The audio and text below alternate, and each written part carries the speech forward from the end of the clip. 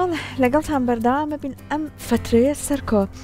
ها ئاڵتون نرخی یەکێک لەو بابەتە هەرە گەرمانە بوو کە خەڵک زۆر لە سەری زانیاری وەداکرد. هەندێک کەس بۆ نمونە بەنیاز بوو پارەیەکی هەبوو پاشەکەوتی بکە بیری لەوا کردو بۆ ئاڵتون نەکردمەوە هەر خەریکە نرخەکەی گرانە ڕاکە ئاڵتون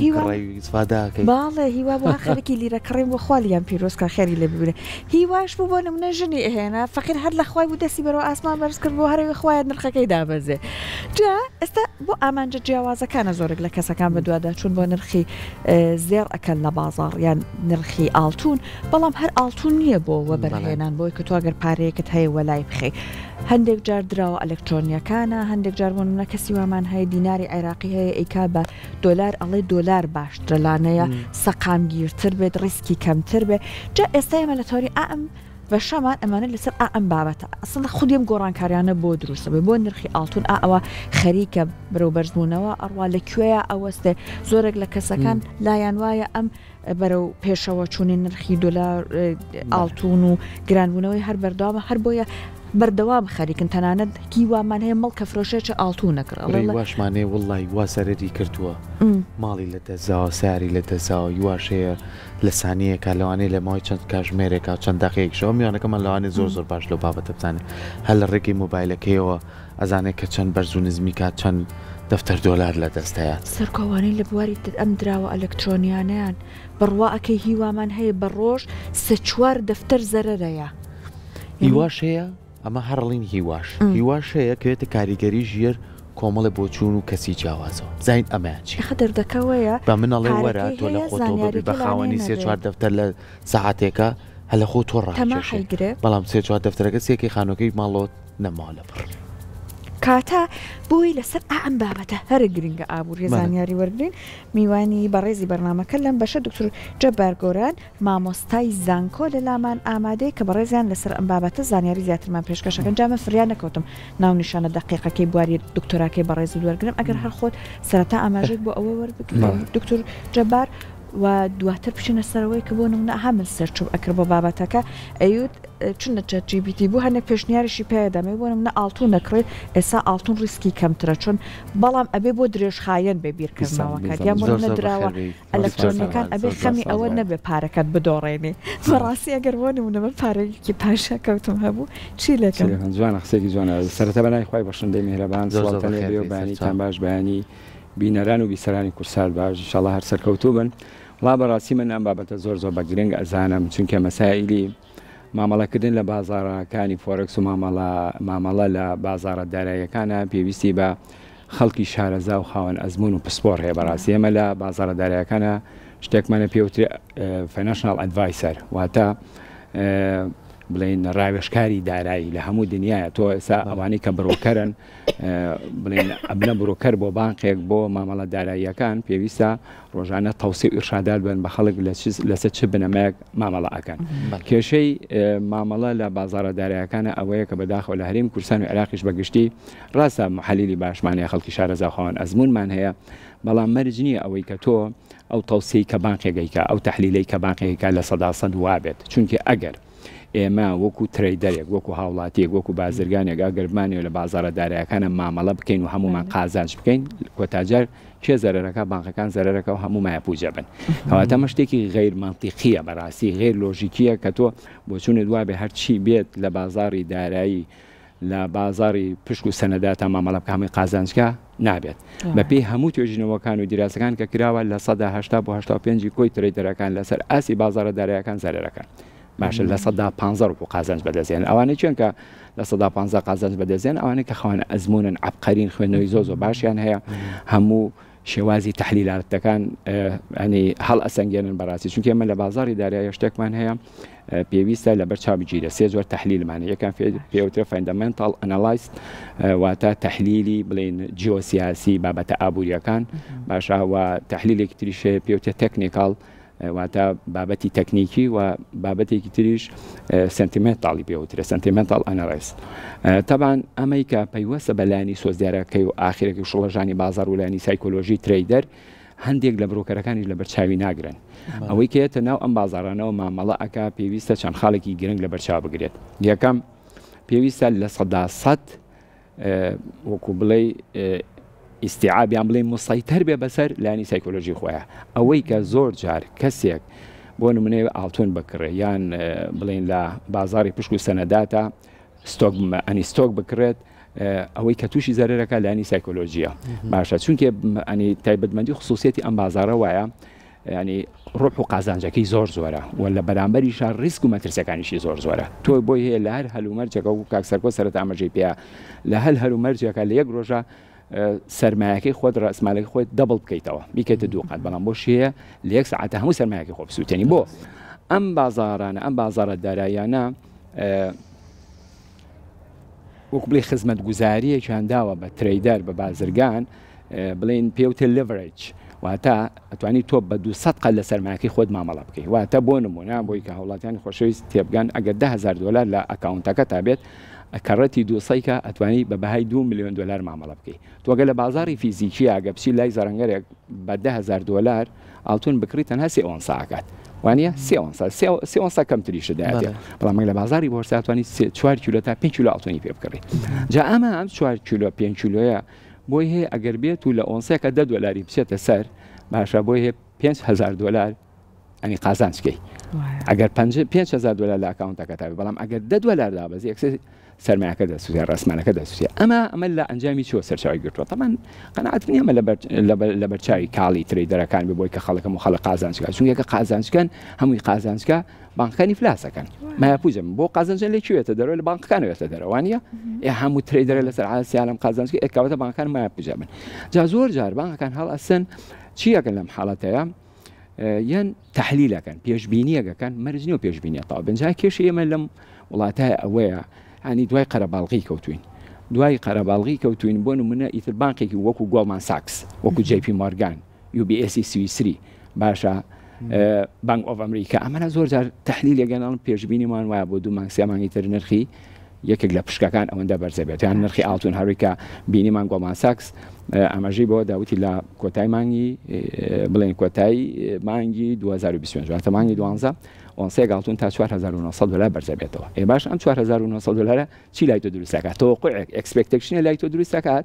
ئەڵێ بەڵا خۆ زۆر باشە بۆ نەچم ئاڵتون بکڕم بەڵام مەرجە ئەو تحلیلەی ئەوەی کە وابێت خۆم ئەوان ئەبقەری نەزانێت چی لێت باش ئەوان بە $1 تریلیۆن لە بەردەسە توان یاری بە بازارکەن باش ئەوەی کە آخر تحلیل کە باسم کرد سنتیمنتال لە ینی سۆزداری ترێدەر و شڵەژانی بازار ئەمان تحکم بەسەرەوەکەن ێ باشە لای من و تۆی بازرگان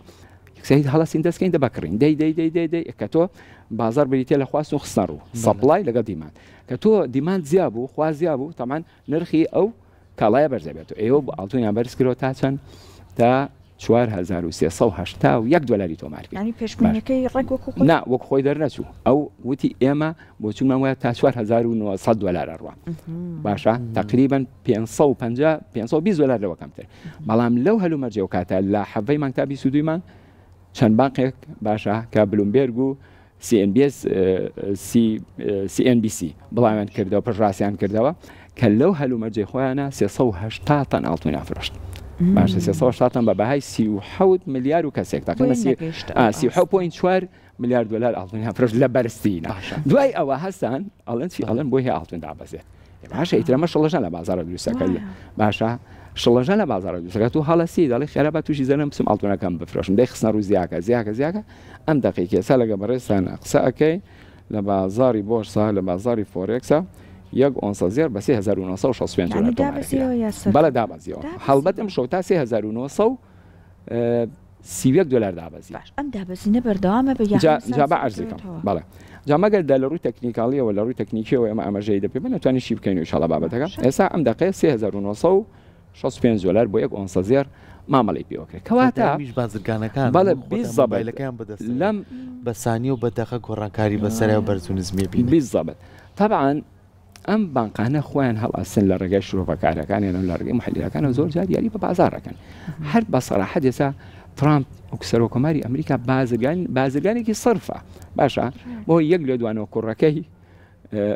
لە یەک شەو ڕۆژە بە بەهای $8 ملیۆن قازانجی دراوی ئەلکترۆنی دانا بەڵێ ترامپ بەوە دراوی ترامپ هەیە باش ئەمانە کەواتە تۆ پێویستت بە چییە پێویستت بە چێت تۆ چۆن بتوانیت ئیدارەی مخاطری سەرمایەکەی خۆت بکەیت من ئاماژەم بە خەڵکە پێویستە تۆ لە 100% زاڵبی بەسەر لانی سایکۆلۆژی خۆتا ئەم بازارە شەڵەژانت یا دروست ناکات باشە تەوەتور و وەکو بڵێ جۆرێک لە ترست یا دروست ناکات واتە ئەبێ بەسەر لانی سایکۆلۆژی خۆتا زاڵبی دووەم ئەبێ ڕسک مەنیجمنتی سەرمایەکی خۆت بکەیت باشە تۆ بە پێی ستاندارد تۆ مەبلەغێک سەرمایە کە دێت لە بازرگانیەکە لەو بەرهێنانێکە نابێت ڕیسکەکەت لە 100 زیاتر بێت باش لە 100 زیاتر بێت 5 واتە تۆ گە $10,000 لە ئەکاونتەکە تا بێت تا $500 زەرەرکەی واردە ئەگەر شارەزایی ئەوەت هەبێ معریفە و نۆڵجی ئەوەت هەبێ بتوانانی لە کوێ ڕیسک بکەی کە ئەزانی تیا سەرکەوتوبی ئەگە بگاتە لە سادەش ڕەنگە زۆر مشکلە نەبێت بەڵام بۆ بازرگانی ئێمە بۆ ئەم ترەیدەرە بچووکانی کە بە کەپیتاڵێکی کەمەوە بە سەرمایی کەمەوە ئەسپی خۆیان تاوایان لە بازارە دارانە بەڕاستی ئەبێ زۆر پەیڕەوی ئیدارەی مخاطری سەرمایەکی خۆیان بکەن نابێت لە 100 بەڵام کێش ئەوەیە لایەنە سایکۆلۆژیەکە تەئسیر لەسەر لایەنی ڕسک مەنیجمنتی شاگا وەسوەسەکەری بەڵێ بە قسەکەی سەرکوت جاری وا هەیە کەسەکە سەرمایەکە لە پڕ دەفتەری قازانجی کردووە ئەم هەر ئەوە چیرۆکی خۆشتان لەسەرەوە بۆ چیرۆکی خۆشتان لەسەرەوە بۆ باسەکەم طبعا ئەم لایەنی سایکۆلۆژی و ڕسک مەنیجمنت تا هەردووژیان دووشتن ینی پەیوەندیان بەیەکەوەیە تۆ ئەم شەو مامەڵەیەکت کردووە سەرێکی لە پڕابانی لە خۆڵەسی $5,000 کەوتیتە خێرەوە بەڕاستی لەم زولفای $5,000 یەکسەری پاڵت پێوانێ چونکە ئەو هێز فەندە گەورەکان و بانقەزەبەلەحەکان یان چی ئەکەن یان لانی سایکۆلۆژی ئەخوێندنەوە چەندەها ناوەندی توێژنەوەی گرنگیانەیە کە ئیش لەسەر لانی سایکۆلۆژی ئێماکە بەڕاستی دەی تۆ $5,000 قازان چۆن چارە وەڵڵای خۆمە باشترین بزنزە یەکسەری هەڵسی ماوەڵێک ترەکە هەڵی خۆ $5,000 تری ئیسفادە بکەم لە ماوەی دووسێ مانگە مەخاوانی $20 و ماڵەکڕم سارەکەم و یەکسەری تۆ هینێک لا دروستە بێ ڕوئیەکی لا دروستە بێ دنیا بینیەکی لا دروستە بێ ئیتر نییە وەکو بڵێ پێت وایە لە ماوەی 3-4 مانگە ئەبی بە کەسێکی سەرمایەدار ئەمە زۆر هەڵێ لەبەر ئەوە پێویستە تۆ لایەنی ڕسک مەنیجمنتی خۆت پەیڕەوە بکەی وەسی هەمینیش ئەنی زۆر گرنگە ئیرشادات باشە تەوسێ لەلایەنی خەڵکی پسپۆر و شارەزاوار بگری بەڕاستی ئەوانەی کە ئەزممویکی تەواویان هەیە و ئەوانەی کە پسپۆر و شارەزان من برادێکم بۆی باس کردم وتی پیاوێک خانووی چێ بوو یا بووی بەسی $5,000 باشە برادری پێوتوان بۆ نایی بکەیتە بازاری فۆرێکس و مامەڵی پێ کە قازانجەکەی زۆرە وتی چۆن وەڵا هەندێک معلوماتی سەرەتایی یابێ لاپتۆپێکی بەرامبەر خۆی دانا بۆ شوێکی مامەڵی کردبوو لە بابەتی ستۆک مارکێت و لە ئاڵتونی چێمانە وڵا بەیانی کاتێ لە خەواڵاسێ $6,000 قازانجی کردووە ڕێک ڕاستمالەکەی بێ بە $1 خۆراوتی بافانیلەیەکی علاگەدانی بەرە بە لاپتۆپەکەی ئەمە بزنس چەند وەختی ئەمە ئەقڵمان بەی شەر نەشکاوە باشە وتی کاکە تەمۆ ئەگرتی مامەڵەیەکی کرد وەڵاسێ دەفتەری تریش ئیسفادە کرد باشە وتی بە قورئان وا بێ خۆ من لە ماوەی مانگێکە سەرمایەکەم بێ بە $4-5 ملیۆن هەڵ ئەستێ لۆدی زۆر قورس لێیە وڵا خاڵە هەش دەفتەرەکەش هینە عفونەوە دەفتەرەکەش زەرەر ئەکات وەحەسە 5 تریش ئەکرێتە زەرەرەوە باشە واتە پارەکەی داوازێ بۆ $30 ئیتر ئەم پیاوە شڵەژێت لە کاتێکە بیرکاتەوە ئەڵێ مایەکەی خۆم ڕسمالەکەی خۆم $5 لە کیزاوە نۆی تریشم زەرەر کردووە واتە من نزیکی $4 هەڵەسە مامەڵەیەکی قورساکات بۆی کە هیچ نەبێ مایەکی خۆی بێنێتەوە وەحەسە چێشواریکە ئیسفا هینە زەرەرەکە دەیدێ بە دوایە ئەڕوا بە دوایە ئەڕوات کاتێک ئەزانێ ڕێک مایەکەی سفرە بێتەوە سەرمایەکەی ڕێک سفرەکاتەوە تا بۆ برادری باسکرد وتی وڵا سپاس وەقع سەکرێکی لەبەر ئەوە ئەم بە هەزارانە زۆر مەترسیدارە ئەگەر زۆر ئاگادار نەبی بەڕاستی لە هەموو هەلومەرجەکەتەیەکەی بەپێی هەموو لێکۆڵینەوە و توێژنەوە و دیراسەکان لە 180-85 ئەو خەڵکانێکە لەم بازارانە مامەڵاکە زەرەرەکەن لەبەر ئەوە ئێمە دوو جۆر مامەڵەمان هەیە مامەڵەیەکی فیزیکیمان هەیە تۆ سەرمایەکە دێ کە سەرەتا جەنابەت ئاماژەت پێدا $10,000 هەیە لە ماڵەوە باش ئێمە شتێکمانێ لە ئابووریا پێوتێ دایڤەرسیفیکیشن یان دایڤەرسیفای تەنەوعکردن بەعربی پێوتە سەلەی ئیسtisماری باشە ئەم پارە هیچ وە بەرهێنانێکی پێوە ناکەیت تەنها وەکو پاشەکەوت وەکو سەیڤین دادناوە لە ماڵەوە ئەگەر بتەوێ ئیداری مخاطری ئەم پارەی خۆت بکەی باشترین سەرمایە بۆ ئینسان سەرمایی ئامینە کە ئاڵتونە و پاشان زی و چەند کانزایەکی تر کەواتە تو ئەگەر پارەیەکە تێ لە ماڵ هیچ وە بەرهێنانێکی پێوە ناکەی وەرە لە 150 بکە بە ئاڵتون باشە لە 125 درای محلی خۆمان بێ دینار بێت لە 125 دلاری ئەمریکی بێ ئاوا تۆ ئەتوانی ئیداری مخاطری سەرمایەکی خۆت بکەیت بەڵام ئەمە هەڵەیە زۆر هەڵەیە من لە هەندێک کەناڵە لەم ڕۆژانە ڕابردووە گلەیم زۆر لە محلیلەکان کرد زۆر لەوانە کرد کە خۆیان بە محلیل ئەزانن کە بەداخەوە ئەسڵەن محلیل نین ئەسڵەن شۆفەکار نین بەڕاستی تۆ هەڵەسی دوای توێژینەوە و لێکۆڵینەوە و تەحلیلێکی بانقیەکیان توێژەرێکی ئەمریکی ئەوروپیەکەی کاکە ئەمە دواکەوتی ئەمانە هەڵەیە بەڕاستی تۆ هەستا خۆ دیراسی بکە باش ئەوە بوو تەرویجێکی زۆر زۆریان بە ئاڵتوندا بە زیودا ینی گەشت کار گەشتە ئەوەی کە بانگەشیان بۆ کرد و ئەگەر سایرەتێ بڕۆ بیفرۆشە بێ بە ئاڵتون من پۆستێکم کرد لە پیج ئەکاونتەکانی خۆمان لە زۆربەی زۆری دەستگاکانی ئەلەم و پیجەکانی شابڵاوەوە وتم من ئەزمونێکی ئابووریم هەیە هەر شتێکە خەڵک زۆر پەلاماریدا من ئەچم پێچوانەکە یەکەم هەربیکە بە قاعیدا شتێکە ئێستا خواسی زۆر زۆر لەسەر دروست بوو ئیتر فەوزای لەسەر دروستە بێ تۆ هەستەکە خەڵک بیکرە تۆ بڕۆ بیفرۆشە لە 100% قازانجەکەی چکە ئێمە لە بازاری دارایی شتێکمانە پێوتە لیفت و ڕایت و هێت کە هەر شتێک بە زۆر بە خێرایی بەرز دەبێت و دوای ئەبێ ڕستێت سێ بکە بۆ لەبەرەوەی تۆ بۆ نمونە پێشتر کڕیتە زۆر لە زەرابووی کە ئەکات ئەو تارگێتی کە خۆ دەتەوێت خێراتی فرۆشیتەوە بۆ وردە وردەمەوە کە سەپلای زیاکە خستنە ڕوو زیاکە وردە وردە دابەزێتەوە لەبەرەوە ئەم پۆستەم کردبوو نووسی بووم یەک ئەزمموی ئابووریم هەیە هەر کەسێک زۆر شتێکی مانی بە ئام خەڵک پەلاماری شتێکی دام نەچم پێچوانەکە یەکەم واتە ئەفرۆشم و مەترسی ئەوەشم هەیە کە بەڕاستی لە بەشێکی زۆر لە دەستگاکانی ئەلام ئاماژەم پێداوە ئەم ئاڵتونیزیەوە وەکو مارێن بە خەڵکەوە وڵی بیزە بدووە دەرجوازم 24 ساعتی بەسەرەتێنە پەڕی لە 4381 دلار دابازی بۆ نزیکەی خوار 4000 ئێستا لە خوار 4000 و مامەڵی پێوەکرێ واتە بۆ هەر ئۆنسەیەک زێر ساب کە نزیکەی 450 دلار دابازیوە یعنی بۆ نمونە هاوردەکردنی زیو بۆ سلێمانی بە تایبەتوە بۆ پارێزگاکانی هەرێمی کوردستان لە ماوەی تقریبا هەفتێک تا دەڕۆژە 10 تەن زیو هاتۆتە سلێمانیەوە 10 تەن زیو باشە کە ئۆنسەیەک زیو لە 1850 دلار و 1900 تا نزیکی 2000 دلار فرۆشراوە باشە هەستم بە پێی داتاکان سابوو کتابێکم بۆ کرد نزیکەی لە ماوەی 10 ڕۆژە 2 میلیۆن و 800 تا 3 میلیۆن دلار زەرە بە خەڵکی شاری سلێمانی کەوتە لە ئەنجامی کڕینی زیەوە هەر من برادری خۆم هەیە یان بۆ کۆمپانیا بڵێن پارۆشتدانێکە لە زیوم بۆ کوڕەکە ئەڵتۆن بۆ کرێت تەنها لە پێشم وتم ئەوەیەک لەوانە خزمی خۆمانە کوردم با بە نرخەکەی زۆر گرانە زیوی کڕۆ هەر زارەکە لیرەی تورکی کڕیوە بە نزیکی 1940 دلارێک کەوتووە لەسەری ئێستا کاکە ئەم دەقەیە وەستا سەری گروپەکەم کرد بە 840 دلار مامەڵی پێوە کرێت ئەو بە 900 تقریبا 40 دلار ینی بۆ هەر لیرێک 100 دلار زەرەکە لەبەر ئەوە من هەمیشەم قسەکەم ئەڵێم ئاڵتون بۆ کەسابەت نابێت زیو بۆ کەسابەت نابێت تۆ کەسابەت ئەمسەر لێ شێواویە لەناو ئێمەی هاوڵاتیانە دروست بووە بەڵێ بچی ئەم بەرزبوونەوەی نرخ و ئەم دابەزینی نرخە لە زیێڕ و لە زیو لە دۆلاریشان بکەم بەڵێ یانی وای لێ هاتووە لە خێزانێکە ئەگەر دایکەکە یاخو کچەکە یاخو پیاوەکە بڕەپارەی چێ بێ یاخو بڕێک ئاڵتونی هەبێ وای لێ هاتووە زۆر جار ئەماڵێ ئەم دۆلارە بکەم بە ئاڵتون یان ئاڵتونەکە بکەم بە دۆلار ئەم زیوەم هەیە لە ماڵەوە ئێستا بیفرۆشم یاخود نەیفرۆشم یاخود ئێستا ئەبار و دۆخێکیە کەس ینی بێ متمانەیەک دروست بووە ناتوانانی ماڵی خۆ تاوا بخەیتە بەردەم شتێک بەڵام ئایا تۆ لە ناو بازاڕەکەیت هەم لە بازار ئەلکترۆنیکای هەم لە بازاڕە واقعەکەشای ئێمە چی بکەین یعنی ئێستا بۆ نمونە خانمێک یان پیاوێک لە ماڵەوە 6 لیرەی کەپسی هەیە ئەمە بە نمونەکەینەوە ئەم لیرەی داناوە وەکو حەزێکی خۆی کڕیوێتی سێکام لیرەی کڕیوە بۆ نمونە بەمەنە وەرەقە سێکێک دۆست دوو ئەوەناکە سێکی بوو بە ئەوەنە نیوێ سێکی ئەوەی خۆیەکات ئەم سەر لێ شێواوێ خەڵک چۆن مامەڵەی لەگەڵا بەڵێ من وەکو عەرزم کردی ئاڵتون و زیو ئەو کانزایانە بۆ ئەوە نابێت کە تۆ بی کەسابەتی پێوە بکەی بۆ لۆنگ تێرم ئینڤێستمنتە بێت بۆ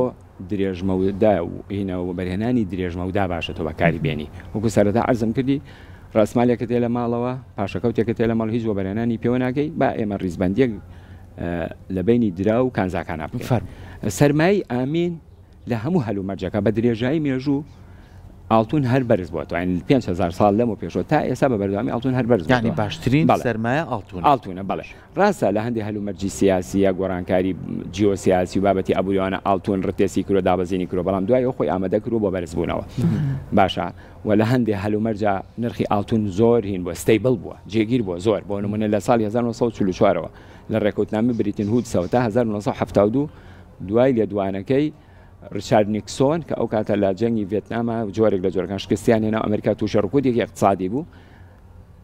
تا ئەو کاتە نرخی یەک ئۆنسە زێر 35 دلار بووە باشە لە دوای ئەوەکەی تر ئەمریکا بڕیاریدا کە ئێمە زێر ناکەینە پاڵپش ناکەینە سەپەر بۆ دۆلاری ئەمریکی ئیتر ئاڵتۆن وردە و دەدەست کرد بە بەرزبوونەوە لە هەندێک هەلومەرجیشا لە هەندێک بارودۆقیشا ئاڵتۆن دابەزینی زۆر قورسی کردووە باشەوەی کە بینیمان لە کاتی ڤایرۆسی کۆرۆناکەیە یەک ئۆنسە تا 2000 تقریبا $100 بەرز بووە باشە بەڵام دوایە دابەزی بۆ $1600 بەڵام بە بەردەوامی ئەگەر ئێمە سیرکەین ئاڵتون سەرمایی ئامینە تەنها ئاڵتون وەکو احتیاتی بانکی مرکزیەکان بەکار نایە بۆ زۆر شریانی تەنە بەدە لە وەکو احتیات وەکو ئیسسوارات ئێستا وڵاتی وەکو هەندستان 34,000 تەن زێری خشلی هەیە باشە ئەنی زۆرترین ڕێژەی بەکارهێنانی زێر لە هەندستانە باشە 34,000 پوین کەسرێک تقریبا خشلانێ وەکو ئیسسوارات بەکاری ئێهێنن باشە بۆ چیپی دە کۆمپیوتەر بۆ تەکنۆلۆژیا بەبەردەوامی ئاڵتون پێویستە ڕێژەی بەرهێمێنانیشی مەحدودە باشە بە پێی داتاکان تقریبا هینەکە ئێستا گەیشتووەتە 100 شتێک 1000 تەن کە لەسەر ئاسی ئەلم لەسەر ئاسی جیان بڵێن بەرهەم هێنراوە لەبەرەوە خستنە ڕووی کەمە بە بەردەوامیش خواسی لەسەر زۆرە ئەگەر ئێمە لە ڕوو لۆنگ تێرمەوە سەیری بکەین زێر بە بەردەوامی کێرڤەکەی ڕوو لە بەرزیە بەڵام لە هەر هەلومەرجێکیشا بۆ هەیە دابەزێتەوە ئەو نرخی کە سەرەتا دەستی پێکرۆ کە بەرز بووەتەوە نرخی ئۆنسەیەک زێر لەکە تقریبا 9 هەفتە 10 هەفتە لەمەوە پێش ئۆنسەیەک زێر تقریبا $3260 بوو باشە بەڵام لەمای 8 هەفتەیە نزیکەی $1000 بەرز بووە لە ئۆنسەیەکانی بۆ کیلۆک نزیکەی 30,000 تا $32,000 بەرز بووە تۆ کاکە بە چاوەڕانی ئەوە بکەیت ئەگەر بێت و بازرگانی پێوە بکەیت ئەبێ هەموو دقیق چاوەڕانی وکەی زەرەکەی بۆ لەبەری تۆ ئەگەر لە $4,360 ئاڵتۆنێک کڕی بێ ئەبێ چاوەڕانی ئەم ئاڵتۆنە ڕتێسێ بکاتەوە کاکە لەمای 8 هەفتەیە $1000 بەرز بێتەوە لە کیلۆیەکە 3 دەفتەر بەرز بوو بێتەوە بێ چاوەڕانیەکەی دەفتەرێتیش دابەزێتەوە ئەکەواتە ئەو کەسی کە بازرگانی پێوەکە بەڕاستی ئەگە کەسی زۆ شارەزانە بێت پسپۆڕ نەبێت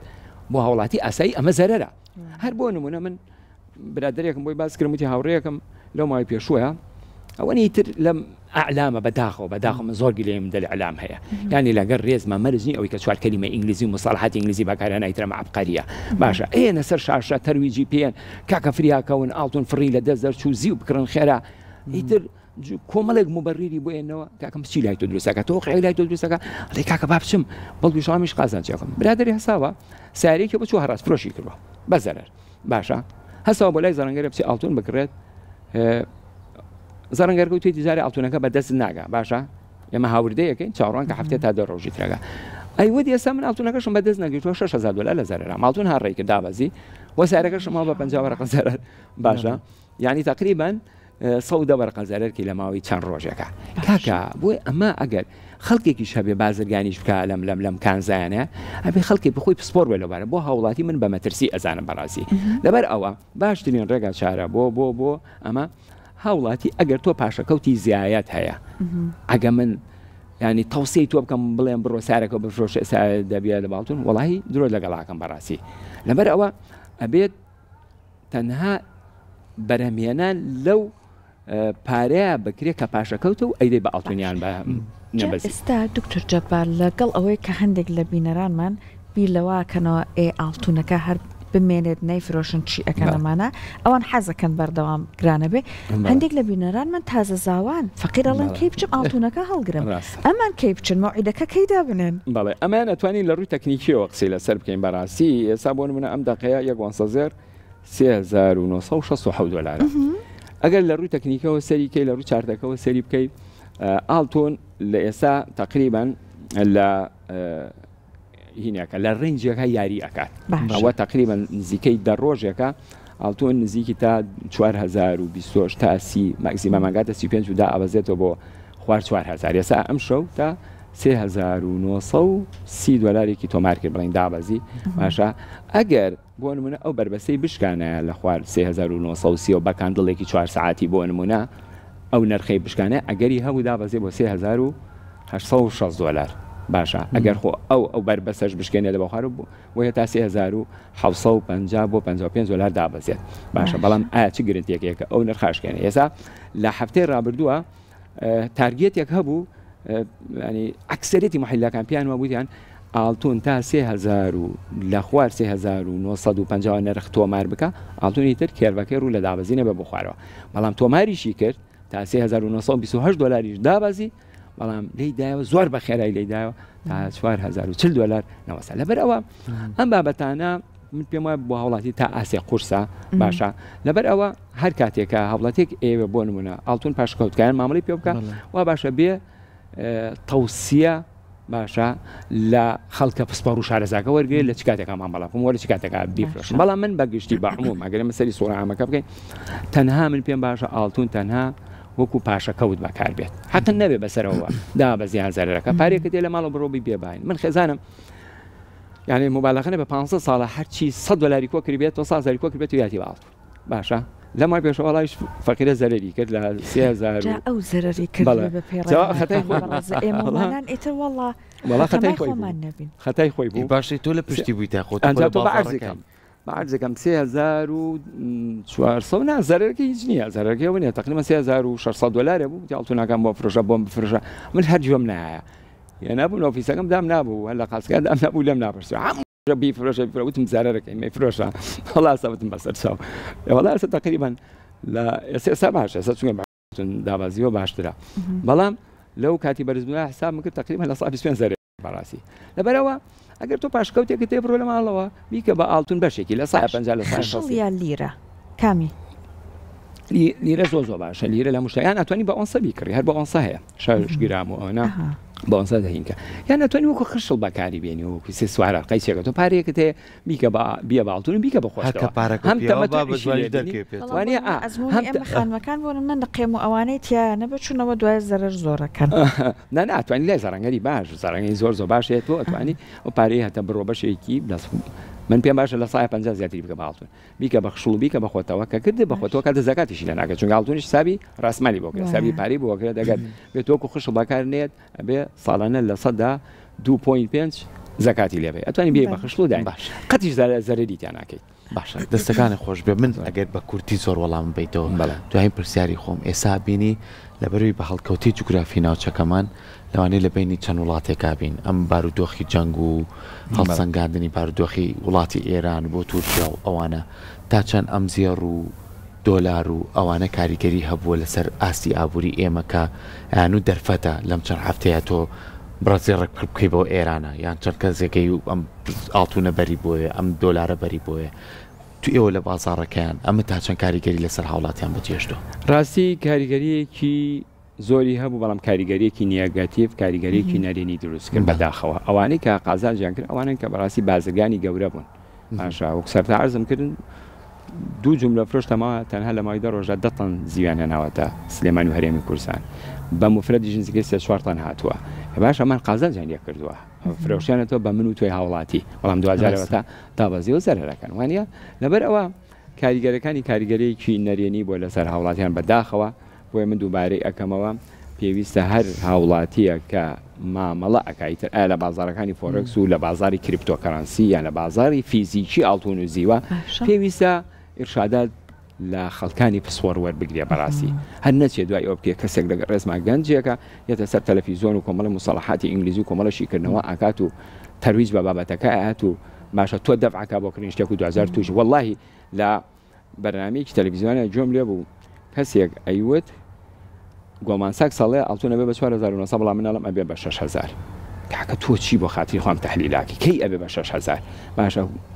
برادێکی تر من بە هەموو منم نایناسم یەکەم جار بۆ لە تیڤیا بیبینم هەی تقریبان تا 2035 ئۆنسەیەک زێر تا نزیکەی 35000 دلار بەرجەبێت بۆ خااتری 35000 دوای ئەنی حساب نزیکەی دەقات بەرز بوون کاکە ئەمە ڕاستە بەڵام لەوانەیە 50 ساڵی پێ بچێت 100 ساڵی پێ بچێت باشە بۆشی هەیە کاکە ڕێکوتنامەیەکی بازرگانی لە نێوان چین و ئەمریکا و هەندستان و رووسیا ئەمانەیە بەرقەرار بێ بە تاکید کاریگەری لەسەر دابەزینی نرخی زیێڕەکە ئەم قسانی من ئاماژە بۆ نییە کە لە هەژمونی زێر بم باشە بەڵام ئێمە ئەبێ واقعەکە بخوێنینەوە من سەرەتای شتم وتم بە درێژای مێژوو کێروی نرخی زێر لە بەرزبوونە باشە بەڵام نرخی زێر مامەڵەکردن بە زێر بەزی بە هەر کانزایەکی تر بۆ ئەو نابێت تۆ بێی وەکو هاوڵاتی مامەڵەی پێوە بکەیت بازرگانی پێوە بکەیت بۆ لۆنگ ترم ئینڤستمنت باشە بۆ بەرهێمێنانێکی درێژمەودا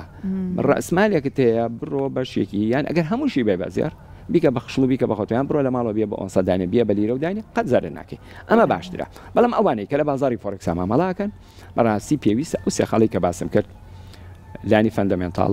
لایانی تکنیکال لایانی سنتیمنتال زۆر زۆر لە بەرچاو بگرن و بەس لانی سایکۆلۆژی و ئیرشادە لە خەڵکی پسپۆر وەربگرن و ڕسک مەنێجمنتی خۆشیان پەیڕۆکن ئەتوان بڵێم لەم بازاڕانەیە ڕەنگە سەرکەوتوو بن کە بەڕاستی ئەتوانم بڵێم ڕێژەی مەترسیەکانی لە 180 بۆ 85 وەکڵی ڕیتێرن و قازانجەکەشی لە 115 لەبەرەوە بێ زۆر زۆر ئەم بابەتانە بەرچاو زۆر سپاس مەمنون بۆ زانیاریەکانی بەڕێزت بە هیوای بینەرانمان بەرچاوڕوونی تاویان وەرگرت بێت و شەڵا لەم بازاڕەیە زەرەر نەکەن.